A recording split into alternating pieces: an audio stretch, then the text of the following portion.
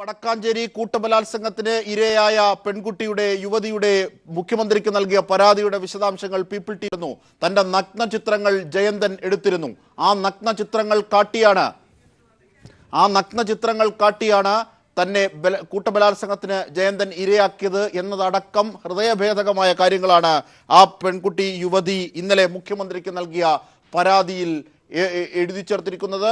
ആ പരാതിയുടെ പകർപ്പാണ് people T V, ആ പരാതിയുടെ വിവരങ്ങളാണ് പീപ്പിൾ ടി വി ഇതാ പുറത്തുവിടുന്നത്. വിവരങ്ങളുമായി ഇപ്പോൾ ഷീജ ചേരുന്നു. ഷീജ, എന്തൊക്കെയാണ് മുഖ്യമന്ത്രിക്ക് നൽകിയ പരാതിയിൽ പറഞ്ഞത്?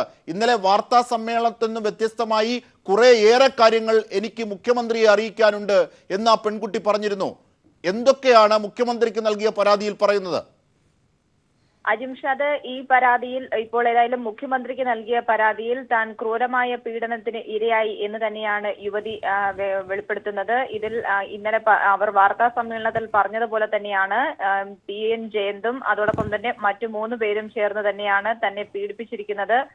ഇത്തരത്തിൽ പീഡനത്തിന് ശേഷം തന്നെ വീട്ടിൽ കൊണ്ടുവന്ന് ഉപേക്ഷിക്കുകയായിരുന്നു. അതിനുശേഷം ഇത്തരത്തിൽ ദൃശ്യങ്ങളുണ്ട് എന്ന് പറഞ്ഞ് തന്നെ ഭീഷണിപ്പെടുത്തുകയായിരുന്നു. ഈ ഒരു കാരണത്താലാണ് താൻ ഇതേക്കുറിച്ചുള്ള വിവരങ്ങൾ ഒന്നും ഭർത്താവിനോട് പറയാതിരുന്നതെന്നും യുവതി പരാതിയിൽ പറയുന്നുണ്ട്. മറ്റൊന്ന്, അതിനുശേഷം നിരന്തരമായ മാനസികമായ പീഡനമാണ് അവരുടെ ഭാഗത്ത് നിന്നും ഉണ്ടായിക്കൊണ്ടിരുന്നത്. തുടർന്ന് തന്റെ ഭർത്താവ് ഏറെ ചോദിച്ചതിനു ശേഷം മാത്രമാണ് ഈ കാര്യങ്ങൾ താൻ ഭർത്താവിനോട് വെളിപ്പെടുത്തുന്നത്. ഇതിനുശേഷം ഭർത്താവിനെയും നിരന്തരമായി പീഡിപ്പിക്കുന്ന ഒരു അവസ്ഥയുണ്ടായി. അത്തരം ഒരു സാഹചര്യത്തിൽ ഭർത്താവിന്റെ ഏറെ സമ്മർദ്ദത്തിന് ശേഷമാണ് പോലീസിൽ പോലും പരാതി നൽകിയത്. കഴിഞ്ഞ ദിവസം അവർ പറഞ്ഞതുപോലെ തന്നെ പോലീസിൽ നിന്നും വലിയ തോതിലുള്ള ഒരു മാനസിക പീഡനം തന്നെയാണ് നേരിടേണ്ടി വന്നതെന്നും അവർ അതുപോലെ തന്നെ ഷീജ, മുഖ്യമന്ത്രിക്ക് കൊടുത്ത പുറത്ത് പറയാതെ ഇരുന്ന പല കാര്യങ്ങളും മുഖ്യമന്ത്രിയോട് പറയും അത് എന്നാണ് ആ പരാതിയിൽ പറയുന്നതിൽ ഷീജ ഇപ്പോൾ പറഞ്ഞ കാര്യങ്ങളുണ്ട്. ഒപ്പം ഭർത്താവിനെ പോലീസ് പീഡിപ്പിച്ചു, ഭർത്താവിന് ശാരീരികമായ മർദ്ദനമേൽക്കേണ്ടി വന്നു പോലീസിന്റെ ഭാഗത്തുനിന്ന് എന്നത് പുതിയ കാര്യമാണ്. അത് മുഖ്യമന്ത്രിയോട് പറഞ്ഞിട്ടുണ്ട്. തീർച്ചയായും അത്തരത്തിൽ ഇന്ന് കഴിഞ്ഞ ദിവസം വാർത്താ സമ്മേളനത്തിൽ പറയാത്ത കാര്യങ്ങൾ കൂടി ഉൾപ്പെടുത്തിക്കൊണ്ട് തന്നെയാണ് മുഖ്യമന്ത്രിക്ക് പരാതി നൽകിയിട്ടുള്ളത്. ഏതായാലും ഇതിൽ കഴിഞ്ഞ ദിവസം തന്നെ അവർ വ്യക്തമാക്കിയിരുന്നു, ഇതിൽ കുറച്ചു കാര്യങ്ങൾ കൂടി തനിക്ക് പറയാനുണ്ട്. അത് മുഖ്യമന്ത്രിക്ക് നൽകുന്ന പരാതിയിൽ മാത്രമാകും പറയുക എന്നും അവർ വ്യക്തമാക്കിയിരുന്നു. ഇത്തരത്തിൽ ഭർത്താവിനെയും പോലീസുകാർ അകാരണമായി മർദ്ദിക്കുകയും പീഡിപ്പിക്കുകയും ചെയ്തു എന്ന് തന്നെയാണ് അവർ ഈ പരാതിയിലൂടെ വെളിപ്പെടുത്തുന്നത്. അത് തന്നെയാണ് ഷീജ. അതായത് നഗ്ന ചിത്രങ്ങൾ എടുത്തതിന് ശേഷമാണ് ശാരീരികമായി കൂട്ടബലാത്സംഗം ചെയ്തത്. എന്നിട്ട് ഈ നഗ്ന ചിത്രങ്ങൾ കാട്ടി വീണ്ടും വീണ്ടും പീഡിപ്പിക്കുകയും പേടിപ്പിക്കുകയുമായിരുന്നു ചെയ്തുകൊണ്ടിരുന്നത്. ഇതാണ് പറഞ്ഞത്. ഇതിന് വാർത്താ സമ്മേളനത്തിൽ നൽകിയതിൽ നിന്നും വ്യത്യസ്തമായി എന്തൊക്കെ കാര്യങ്ങളാണ് അതിൽ അക്കമിട്ട് നിരത്തുന്നത്? ഒപ്പം ഭർത്താവിന് ഏൽക്കേണ്ടി വന്ന പോലീസിന്റെ പീഡനത്തെക്കുറിച്ചും, ഭർത്താവിന് ശാരീരികമായി പോലീസിൽ നിന്ന് പീഡനം ഏൽക്കേണ്ടി വന്നത് ഏതു സാഹചര്യത്തിലാണ്, ബലാത്സംഗവുമായി ബന്ധപ്പെട്ട് ജയന്തന്റെ ഇടപെടലുകളാണ് എന്ന് മുഖ്യമന്ത്രിയുടെ പരാതിയിൽ പറയുന്നുണ്ടോ? ഷീജ ടെലിഫോൺ ലൈനിലില്ല എന്ന് തോന്നുന്നു. ഇപ്പോൾ ഉടൻ തന്നെ ലഭ്യമാകും. വളരെ ഗൗരവമായ കാര്യങ്ങൾ തന്നെയാണ് മുഖ്യമന്ത്രിക്ക് നൽകിയ പരാതിയിലും യുവതി നൽകിയിരിക്കുന്നത്. ഇന്നലെ വാർത്താ സമ്മേളനത്തിൽ പറഞ്ഞിരുന്ന കാര്യങ്ങൾ അതുപടി മുഖ്യമന്ത്രിയുടെ നൽകിയ പരാതിയിൽ വിശദീകരിക്കുമ്പോൾ തന്നെ വാർത്താ സമ്മേളനത്തിൽ പറയാൻ പറ്റാത്തതും പറയാത്തതുമായ പല കാര്യങ്ങൾ മുഖ്യമന്ത്രിയോട് പറയാനുണ്ട് എന്ന വലിയ വിശ്വാസ്യത ആ പെൺകുട്ടി പറഞ്ഞിരുന്നു. അതുപോലെ തന്നെയാണ് മുഖ്യമന്ത്രിക്ക് നൽകിയ പരാതിയിൽ ആ പെൺകുട്ടി എഴുതി ചേർത്തിരിക്കുന്നത്. അതായത് നഗ്ന ചിത്രങ്ങൾ എടുത്തിട്ടായിരുന്നു പീഡിപ്പിച്ചത്. നഗ്ന ചിത്രങ്ങൾ എടുത്തതിന് ശേഷമാണ് ബലാത്സംഗത്തിന് വിധേയമാക്കിയതിനു ശേഷം ആ നഗ്ന ചിത്രങ്ങൾ കാട്ടി വീണ്ടും ഭീഷണിപ്പെടുത്തുകയായിരുന്നു. തന്നെ പരാതിയിൽ നിന്നും മറ്റു കാര്യങ്ങളിൽ നിന്നും പിന്തിരിപ്പിച്ചത് ഇത്തരം നഗ്ന ചിത്രത്തിന്റെ പേരിലുള്ള ഇടപെടലുകളാണ്, ഭീഷണിയാണ് എന്നുകൂടി ആ പെൺകുട്ടി മുഖ്യമന്ത്രിക്ക് നൽകിയ പരാതിയിൽ എഴുതി ചേർക്കുന്നുണ്ട്. ഒപ്പം ഭർത്താവിന് ഏൽക്കേണ്ടി വന്ന പീഡനത്തെ സംബന്ധിച്ച്, ശാരീരികമായി പോലീസിൽ നിന്ന് ഭർത്താവിന് പീഡനം ഏൽക്കേണ്ടി വന്നു എന്നുള്ള കാര്യം, ഈ കേസുമായി ബന്ധപ്പെട്ട് ജയന്തന്റെ രാഷ്ട്രീയ ഇടപെടലുകൾ ആ വിഷയത്തിൽ ഉപയോഗിച്ചു എന്നതടക്കം ഉള്ള സൂചനകൾ പുറത്തേക്കെത്തുകയാണ്. അതായത് പെൺകുട്ടി ഇന്നലെ പറഞ്ഞിരുന്നില്ല ഈ കാര്യം. അതായത് ഭർത്താവിന് പോലീസിൽ നിന്ന് പീഡനം ഏൽക്കേണ്ടി വന്നു, ഈ കാരണത്താൽ ശാരീരികമായ മർദ്ദനം ഏൽക്കേണ്ടി വന്നു, പീഡനം എന്നതല്ല മർദ്ദനമേൽക്കേണ്ടി വന്നു ശാരീരികമായി എന്നുള്ളത് ഇന്നലെ വാർത്താ സമ്മേളനത്തിൽ പരസ്യമായി പറഞ്ഞിരുന്നില്ല. പക്ഷേ മുഖ്യമന്ത്രിക്ക് നൽകിയ പരാതിയിൽ, പീപ്പിൾ TV ഇപ്പോൾ പുറത്തുവിടുന്ന മുഖ്യമന്ത്രിക്ക് നൽകിയ പരാതിയിൽ ഭർത്താവിന് പോലീസിൽ നിന്നും അകാരണമായി മർദ്ദനമേൽക്കേണ്ടി വന്നു എന്നുകൂടി സൂചിപ്പിക്കുന്നുണ്ട്. ഇപ്പോൾ സിജു സുഗതൻ ന്യൂസ് ഡെസ്കിൽ നിന്ന് കൂടുതൽ വിശദാംശങ്ങളുമായി ചേരുകയാണ്. സിജു, ഇന്നലെ വാർത്താ സമ്മേളനത്തിൽ നിന്നും വ്യത്യസ്തമായ പല കാര്യങ്ങളും ഉൾപ്പെടുത്തി ഞാൻ എൻ്റെ മുഖ്യമന്ത്രിക്ക് പരാതി നൽകും എന്ന് ഇന്നലെ ആ സ്ത്രീ പറഞ്ഞിരുന്നു. ആ പരാതി പ്രകാരം എന്തൊക്കെ കാര്യങ്ങളാണ് പുതിയതായുള്ളത്?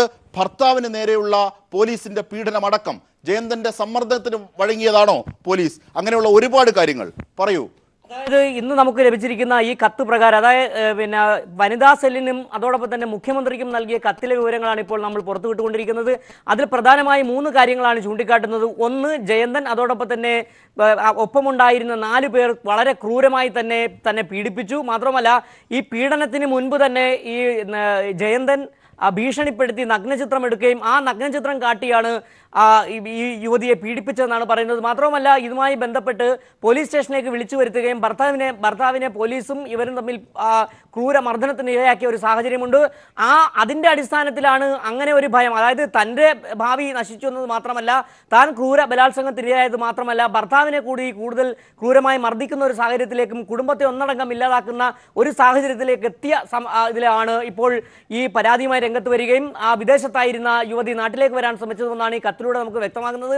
ഏതായാലും വളരെയധികം ഗൂഢാലോചനകളും അതോടൊപ്പം തന്നെ ഈ ഈ യുവതി ആരോപിക്കുന്ന 4 പേർ, ജയന്തൻ എന്ന് പറയുന്ന വ്യക്തി ഉൾപ്പെടെ 4 പേർ വളരെ നാളുകളോളം ഈ യുവതിയെ പീഡിപ്പിക്കുകയും മാത്രമല്ല തുടർന്ന് പോലീസിൽ പരാതിപ്പെടുകയോ മറ്റേതെങ്കിലും തരത്തിൽ പരാതിയുമായി മുന്നോട്ട് പോയി കഴിഞ്ഞാൽ കുടുംബത്തെ ഒന്നടങ്കം വകവരുത്തിക്കളയും എന്ന തരത്തിലുള്ള ഭീഷണി വരെ ഉണ്ടായിരുന്നു.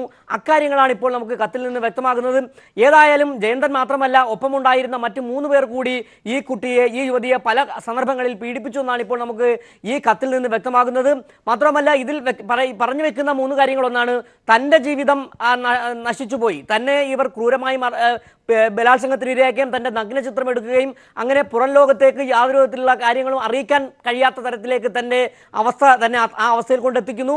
അതിനുശേഷം ഈ പരാതിയുമായി മുന്നോട്ട് വരുന്ന ഒരു സാഹചര്യത്തിൽ ഭർത്താവിനെ പോലീസ് സ്റ്റേഷനിലേക്ക് വിളിച്ചു വരുത്തുകയും തുടർന്ന് പരാതിയിൽ നിന്ന് പിന്മാറുക എന്ന തരത്തിലേക്കുള്ള കാര്യങ്ങളിലേക്ക് എത്തിച്ചേരുന്നു.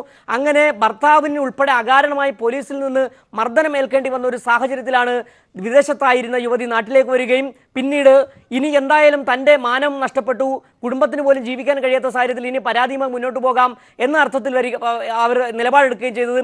ഇതിൻ്റെ തുടർച്ചയായിട്ടാണ് വനിതാ സെല്ലിനും അതോടൊപ്പം തന്നെ മുഖ്യമന്ത്രിക്ക് ഉൾപ്പെടെയുള്ളവർക്ക് പരാതി നൽകുകയും ചെയ്തത്. അജിംഷാദ്.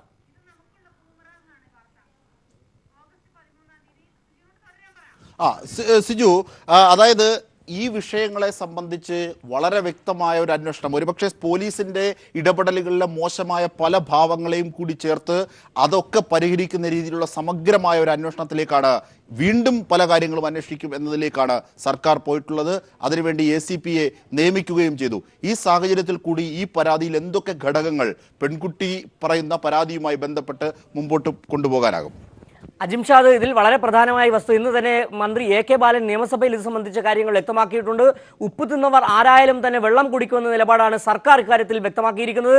അതിൽ തന്നെ ആരുടെ ഭാഗത്തു നിന്ന്, അതാണ് പോലീസിന്റെ ഭാഗത്തു നിന്ന് ഏത് തരത്തിലുള്ള വീഴ്ചയാണ് പറ്റിയിട്ടുള്ളത്, അത് റേഞ്ച് IG അജിത് കുമാർ തന്നെ ഇക്കാര്യത്തിൽ വ്യക്തമാക്കിയിട്ടുണ്ട്. ഈ കേസുമായി ബന്ധപ്പെട്ട് ആദ്യം മുതൽ തന്നെ പോലീസിന്റെ ഭാഗത്തു നിന്ന് ജാഗ്രതാ കുറവുണ്ടായിട്ടുണ്ട്.